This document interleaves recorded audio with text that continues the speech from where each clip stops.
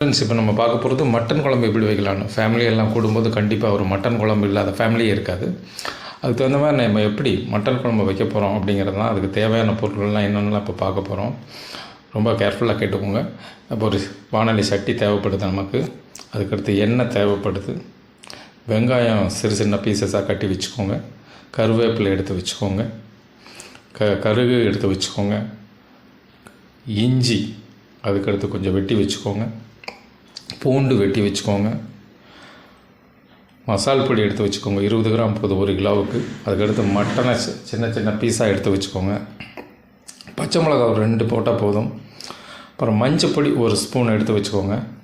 தக்காளி ஒரு 4 எடுத்து வச்சுக்கோங்க. எல்லாத்தையும் கட் பண்ணி வச்சுக்கோங்க. தேவையான அளவு உப்பு வச்சுக்கோங்க. தண்ணியும் பக்கத்தில் வச்சுக்கோங்க. தேவைப்படும். தேங்காவை துருவி வச்சுக்கோங்க.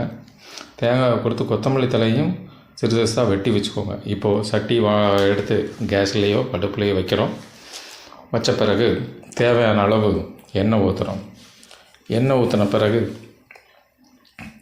அளவான எண்ணெய் ஊற்றின பிறகு நல்லா கடுகு பொரிகிற அளவுக்கு கிண்டி விடுங்க. கடுகு போட்ட பிறகு கருவேப்பிலை போடுங்க. கருவேப்பிலை கரியாமல் கிண்டி விடுவோம். அதுக்கடுத்து கருவேப்பிலை நல்லா இதான பிறகு வெங்காயத்தை போடுங்க. வெங்காயத்தை சின்ன பீஸுலாம் போட்டு நல்லா கிண்டுங்க. கூடவே இஞ்சியும் போட்டுக்கோங்க. பூண்டையும் நீங்கள் வெட்டி வச்சுருப்பீங்க, அந்த பூண்டையும் போட்டுக்கோங்க. பச்சை மிளகாய் 2-3 எண்ணம் இருந்து போட்டிங்க இல்லையா, அதையும் போட்டுக்கோங்க தேவையான அளவு காரத்துக்கு. இதெல்லாம் போட்டு நல்லா கிண்டிக்கிட்டே இருங்க.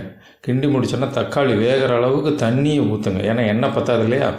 தண்ணியை ஊற்றி நல்லா வேகிற அளவுக்கு தண்ணியை ஊற்றி நல்லா கொதிக்க நல்லா நசுக்குங்க.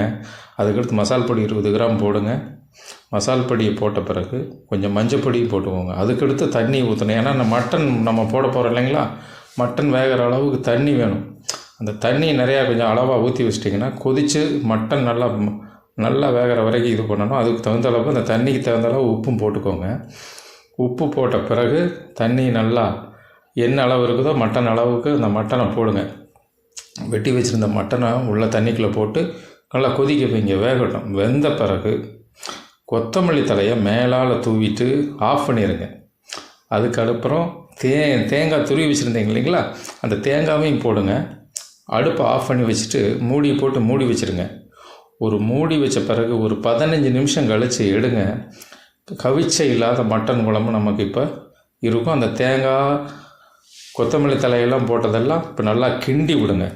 நல்லா கிண்டி விட்டுட்டு அழகான குழம்பு ரெடியாக இருக்கும். இப்போ எல்லாம் எடுத்து நம்ம சின்ன சின்ன பாத்திரங்களில் வச்சு பரிமாறி சாப்பிட்டா ஆஹா, என்ன ஒரு அழகான மட்டன் குழம்பு. நன்றி வியூவர்ஸ்.